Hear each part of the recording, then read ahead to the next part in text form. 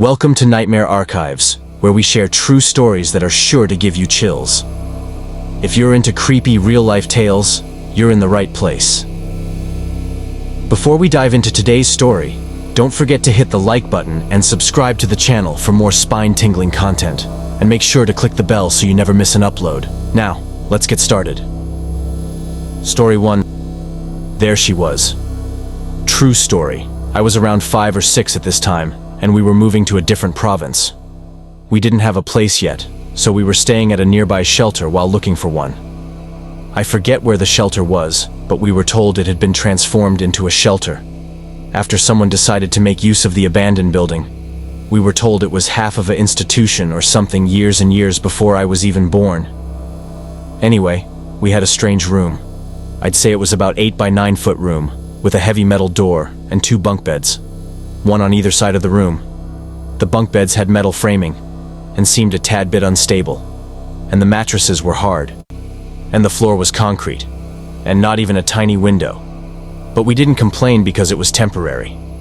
We were the only ones living in a room on that floor. I remember very vividly that my siblings and mother were in the kitchen preparing the food for the shelter. As it was their turn, that was part of the agreement to stay there. Plus, there were at least 40 other people. It was 2 to 3 floors, and had a basement. I remember going to bed early because I was really tired. So my mom opened the heavy door and let me in the room, turned on the light, and waited for me to climb the ladder to the top of the bed, before saying, "Good night." She then turned the light off and I snuggled in the blankets, but I couldn't fall asleep, so I stared at the ceiling. I don't know how much time had passed, but I then heard the bunk bed on the other side of the room creak, as if someone was climbing up the ladder on that bunk bed, right across from mine.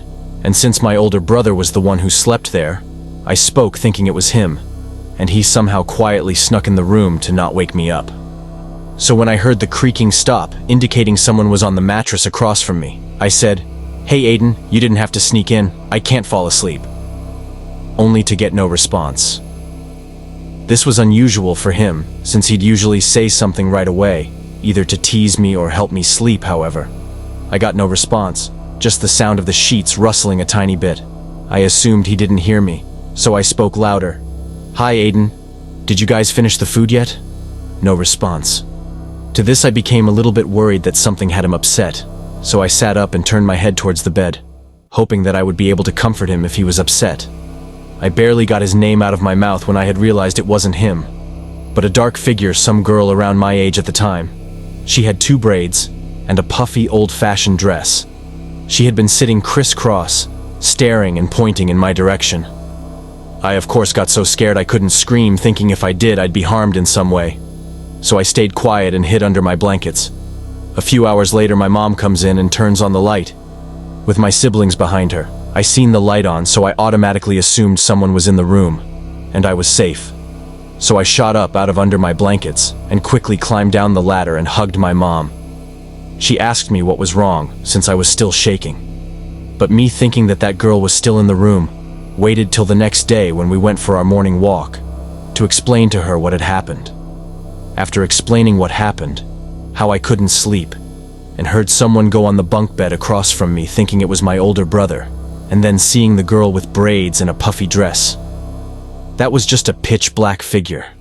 My mom was horrified, but just to be sure it wasn't my imagination, she went asking people in the shelter about a supposed ghost, giving no details about what I had told her. This lady, we'll call her Courtney, told my mom, "Yes, there is a spirit roaming. It takes the form of a girl and has 2 braids and an old-fashioned dress. She used to visit me every night but suddenly stopped when you guys moved in. We were the only children in the shelter, so that might have been the reason? I don't know." My mom replied to Courtney, "Well, my daughter's seen someone with the exact description you had given me, and at first I thought it was just her imagination, or something like that." Anyway, Courtney then walked away. Things were pretty quiet after that. I seen something run in the corner of my eye every once in a while, or hear the sound of knives sharpening when no one was in the kitchen, and the occasional sounds of screaming from the basement when no one was down there. However, it was a family room you could book. One day our family had booked it. There were kids' toys, colored maps, wooden tiled floors, and a TV. We were watching Land Before Time, and I looked on the dark side of the room in curiosity. And there she was, standing in the middle of the dark side of the basement. She ran around the corner. The basement was in a L shape, and we were using half of the L side off it. Anyway, at this point, I'm more curious about her than afraid. I kind of thought she wanted to play since she was in the toy section of the room, so I followed her, thinking it was a game of hide and seek.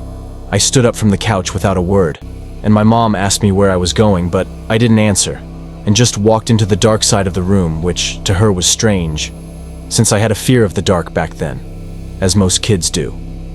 She was confused why I would go into the darkest side of the basement, where light didn't reach willingly. She followed me, and I entered a dark closet. I started looking around frantically and kept asking, "Where are you? Don't you want to play with me? Is that why you keep running around me?" I asked over and over, questions along those lines. My mom obviously was concerned, turned on the lights, picked me up, turned off the TV, and brought me and my siblings upstairs. She asked why I was acting the way I was, and according to her I said, "She wants to play." After that, Ma and the rest of my family started getting scratches and tiny bruises. Mysteriously, within a week, my mom found a place, and we moved there, leaving our toys and stuff behind, believing the spirit could have possessed them to follow us. We only kept a few clothes, money, food, and ides. We bought new stuff at the store, and lived on the other side of town from the shelter. Story 2. And strange experience I had a few months ago. I'm not sure what this would fall under, but it definitely was the strangest experience I've had in years. I work a night shift for a warehouse, won't say which, since it's not important to the story, only that I was coming home around 3 a.m. Now I'm out in the country where my home is in the hills, and it's about half a mile from the main road. About halfway up, the nice smooth road turns to dirt. As my wheels hit the dirt, I felt eyes watching me almost immediately, which normally I wouldn't care because it's normal to see wildlife watching me come up the road. Only as I got to my normal parking spot, I grabbed my pocket knife I keep in the glove box and stepped out. My eyes immediately turned to the direction of a dark patch of woods on the other side of the road. Something told me to look there, and I held my knife up calmly, saying, "I know you're there." As the words left my lips, the world went dead quiet, which is very strange, as there is a waterfall maybe 500 to 600 feet away from me, and I can always hear it when I come home, but even it went silent. It stayed like this for a good 10 seconds before the sound returned, and I heard something running away from me. I just kept my knife to my side and walked like I normally would to the house, as I felt like running would have been a bad idea. As I got in, I saw the dogs that normally greeted me weren't anywhere in sight, and they were in the living room, both looking out the window in the same direction I felt the gaze something from. I didn't say anything to my fiancée as she was asleep, and she doesn't have a belief in the paranormal as I do, coming from my Mapuche heritage, South American Indian tribe. I grew up on stories from my dad, and had heard the Native American stories of Wendigo, skinwalkers, and other spirits creatures, but since that night I've never felt that same presence. No idea what it could have been. I just know it wasn't deer like I'd normally see around my home. Story 3. This time of year is always a weird time for me. I don't know if it's just because I'm middle-aged or what, but while I've always been a Halloween guy, this time of year is associated with some things now that make me feel a certain way. The internet is full of stories about places people, usually teens, can drive to, where if they turn the lights off and stay quiet, they might hear or see some weird stuff. Usually, it's the site of some unverifiable tragedy, or maybe a historical event that is still echoing up from whenever. Where I live, it's a tunnel. 3 of them, actually, going up Gold Camp Road, which winds up into the mountains heading west through the Rockies. The 3rd tunnel is closed off, with an ominous barred gate and a few signs warning people to stay out. The story here is that a bus full of school kids crashed when the 3rd tunnel collapsed, and everyone died. I've got a few friends who are fitness weirdos, the spookiest weirdos of all, that sometimes run the trails up there, who've told me that sometimes they can hear what sounds like kid voices echoing out of the tunnels. In the more substantial world, it is a not undangerous place to visit. A lot of the fun, spooky things you can do there involve going up at night and turning all lights off and hanging out in a very dark tunnel where only one car can go through at a time, which sometimes leads to groups crashing into each other. Not too long ago, there was a group of escaped prisoners who were hiding in the area in addition to the occasional homeless camp, and the whole region was on alert because of it. Much more recently in 2020, a woman was murdered and found on the road there. I tell you all of this because when I was 17, I had just moved into the area not too long before, and despite not growing up here, I definitely heard the stories and the warnings about why you shouldn't go up there, which of course just made way more enticing for kids like me to find a way up that road. It made sense that it was around this time of year that my friend Joey made the suggestion to pile into 2 cars and head up to Gold Camp Road, especially since he knew I'd never been up there. "Lindsay's going," he said a little too casually. Of course I'd go if he said that. Lindsay was everything for my teenage brain. She was into punk rock and indie hip-hop. Her favorite movie was Requiem for a Dream. She had an easy, radiant smile and would talk to me about aliens and horror movies as easily as we'd talk about how the hockey team wasn't doing so well.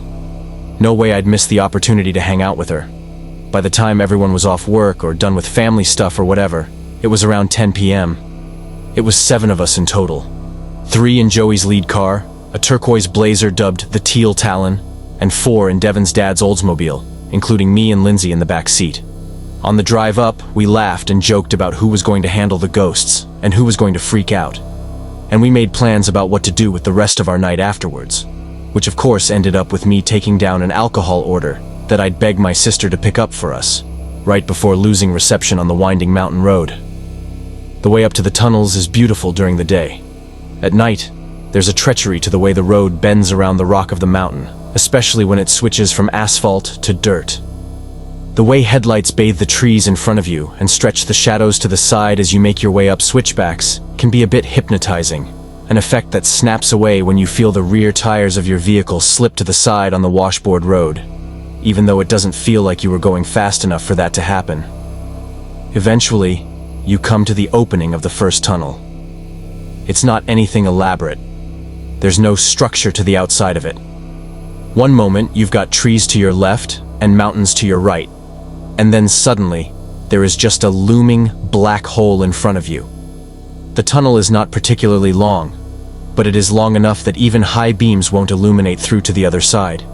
It is a very unsettling feeling to look at a mountain, to look through it, and to see absolutely nothing. As our vehicles got closer, the hole seemed to open up, the cave walls lighting up in white and red as we moved deeper within, before Joey's Blazer stopped and we followed suit, shutting off the cars completely. Once everything was off, to say that you couldn't see shit would be an understatement. It's a blackness that has substance. Every sound gets amplified. The metallic ticking of the engine cooling. Every creak of the leather seats with every micro-movement. Like putting a seashell to your ear, you can almost hear the sound of the blood rushing through your head with every heartbeat. Until we see the sudden garish red of Joey's taillights, and Devin follows suit, turning on the Oldsmobile, and following behind slowly to the next tunnel.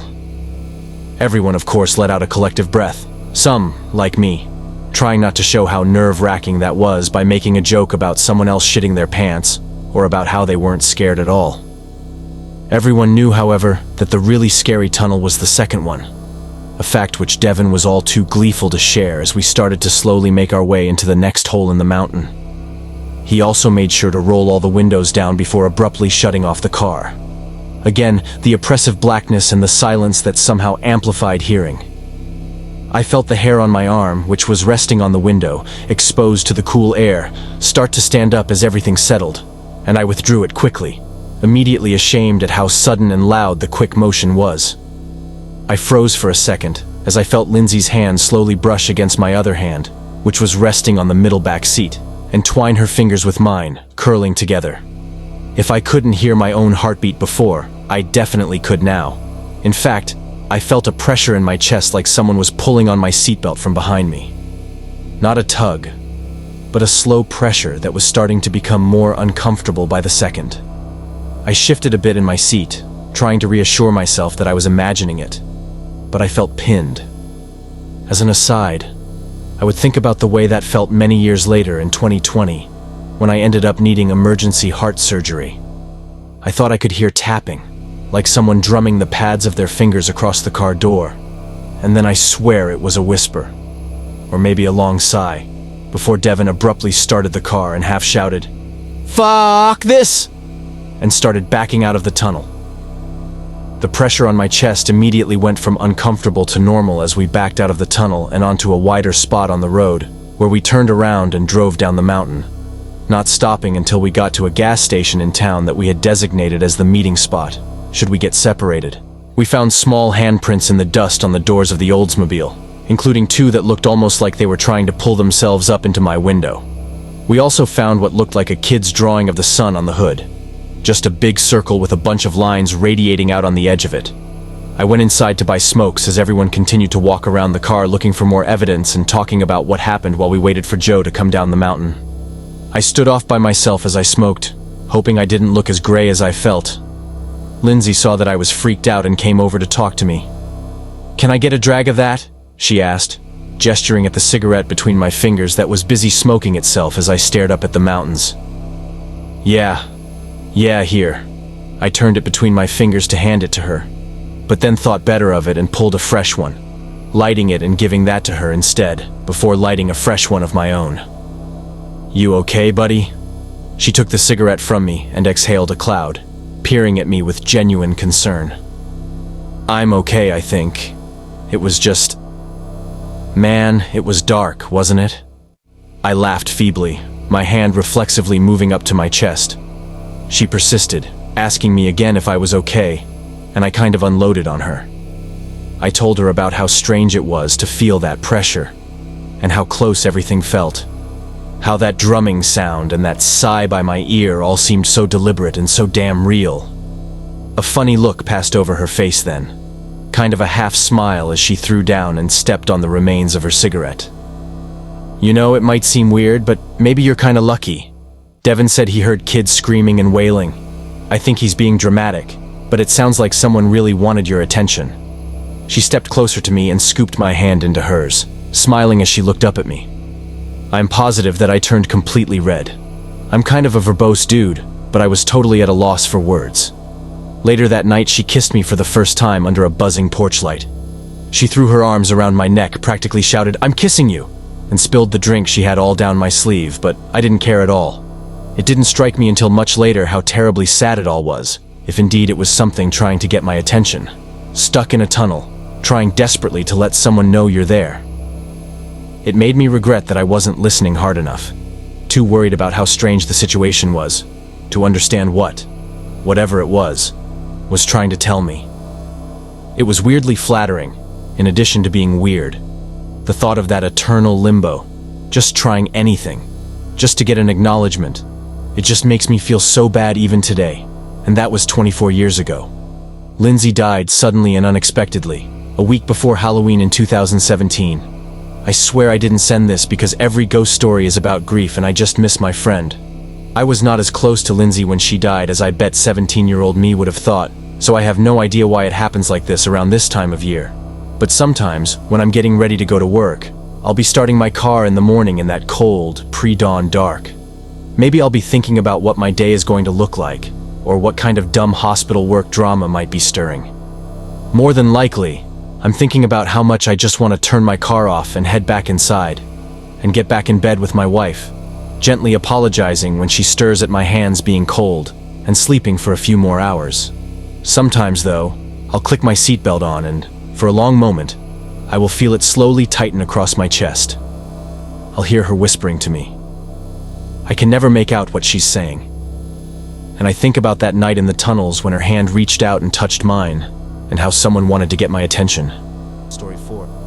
I pretty much worked every day of my life since about age 13. I was the type of kid that didn't want to work at McDonald's or retail but worked real jobs. I did demolition, worked in an auto shop, worked in construction, and worked for a guy that did flooring. I knew that my parents were planning to kick me out of the house when I turned 18. But in actuality, they kicked me out when I was 17, just as high school ended, some 4 months before I turned 18. Anyway, one of the guys I worked for paid me under the table. I didn't get an hourly wage, just a pay based on the job at hand. He would tell me, "You have to go in and tear out all the flooring, or all the cabinets, or gut the entire place, and it pays $200. But you have to get it done in however many nights." He said it would. You see, he worked on bars, restaurants, shopping centers, office buildings and things like that, where we could only work during the night, which worked out for me because I could only work after school and weekends. One time he told me about a job where I was supposed to go in and remove all the old glued down carpet and remove the black rubber base, throw out a set of offices. It sounded easy enough. He said the job was going to take a couple weeks. That was all right with me because at the time I was saving for my first car. The building we were going to was part of some kind of base. It was like a military base, but not really active in that part. It was a huge set of buildings that were all empty except the occasional desk or empty filing cabinets. But there was like a break room area that we were not working in that had some vending machines, like for hot coffee, chicken soup. Another vending machine had candy bars, and another had sodas. I made sure to bring all my free change with me along with my lunch. So the first day he takes me and shows me all the areas where I had to remove the flooring. The place was like a maze with long hallways and different office buildings and storage rooms. Some of the rooms lead out to a large storage warehouse that still had a lot of equipment, mostly like office machines, boxes, and other equipment that looked like medical stuff. We were not supposed to go in there, but I saw it. The first night he was there with me, mostly setting up stuff and marking the rooms that were to be worked on. I remember he had a can or red spray paint and just sprayed an X in the middle of each room on the old carpet. He also set up a couple large dumpsters for me to throw the debris in, and got me a large wheeled cart to put the debris in, as the longest point from the office to the dumpster seemed like walking over a city block. I sure got my legwork out each time I went. The first night since he was there and I could blast my music as loud as I wanted because the place was dead empty, I just went working my way from office to office, removing old glued down carpet and rubber wall base. I was told to be careful not to rip the drywall as I was removing the black rubber base, so I would go down with a large putty knife and cut the glue away as I removed it. The average office would fill up the wheeled cart, so I would have to make trips to go empty the cart after each room. Most of the hallways had those timed light switches where you turn the knob, and it gave you like 30 minutes of light. The second night I had assumed my boss would be there with me, but nope. He went on to finish another job and said he would be back to pick me up around 5 a.m., so I worked from about 7 p.m. till about 5 a.m. By 5 a.m., I was waiting for him at the curb. The second night that I was alone in this huge building, well, I swear everything started to get to me. It seemed like the lights would just go off randomly and shorter than it should have. I did my best not to freak myself out over this. I didn't have time to get scared or imagine things. Just pull up glued down carpet, cut it in stripes, roll it up and put it in the cart. Remove the black rubber base, pile them up in the cart. I soon decided that instead of making multiple trips with one cartload, that I would just start stacking up debris in the hallways as I went from office to office. Some of the hallways had carpet too, so I worked doing them too.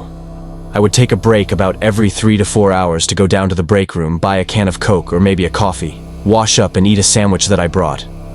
Several times I would walk out of the break room or even the restroom, and the entire hallway would be pitch black.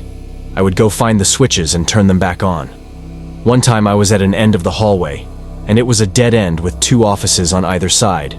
No exit, just end of the hallway. The lights went out again. I flipped them back on by turning the knob, and I swear I saw movement down the hall, like if someone crossed in the dark down the hall. I called out, "Hello, is anyone there?" No response. I don't doubt that people who worked on base might come over maybe to the storage area, but this was like 2 a.m. at this point. The next night, I brought a flashlight with me so that if the lights went out again, I could turn on the flashlight. It wasn't so bad when you were in one of the offices, but in the hallway it was darker than dark. One of the odd things too was the fact that most of the offices didn't have any windows. A lot of these offices were deep inside the building, so they were like in the middle of the building, so no windows. Not that any outside light would help anyway. That same night, my batteries on my radio went out, so I had a lot of silent work ahead of me. I started to hear weird noises like creaking sounds, like if a door somewhere was slowly being opened. Another time I heard a loud bang, like if something slammed against metal. On one of my trips to use the restroom, I hear what sounded like a machine being used somewhere. Another time when lights went out, as I put them back on, I saw a shadow again. I called out, but no one was there. The last night I was working a little more closer to the exit area where there was like a loading dock and where the dumpsters were. It was near the door to the large warehouse facility. That night I had replenished my radio battery and brought my Walkman as backup. I still had my flashlight and brought a little cooler with me for drinks so that I didn't have to venture back into the hallways to find the break room. I even resigned myself to pissing behind the loading docks outside rather than go to the nearest bathroom. Like I said earlier, I had put a lot of debris in the hallways as I was working from room to room, so for the last couple hours finishing up, I was wheeling debris to the dumpsters. And as I walked back down a hallway that was an L shape that led deeper into the endless hallways, I looked up and saw that lights far off in the distance were on. I was like, nope. One of the last things I remember from that night, I had heard a very loud bang crash from inside the storage area.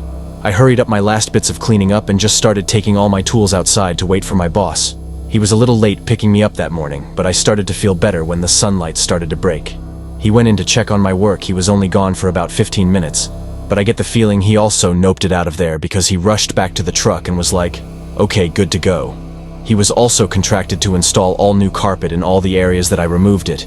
He used a different crew for that. I never went back inside and never wanted to ever again. I am not sure what kind of office building it was. It was government, probably part of the military. Nothing had names or signs except odd signs with numbers and letters that I could remember. That was one really weird and creepy odd job that I did in high school, and I'm not sure what kind of spirits lived in there, but they didn't appreciate my loud music or me using the lights.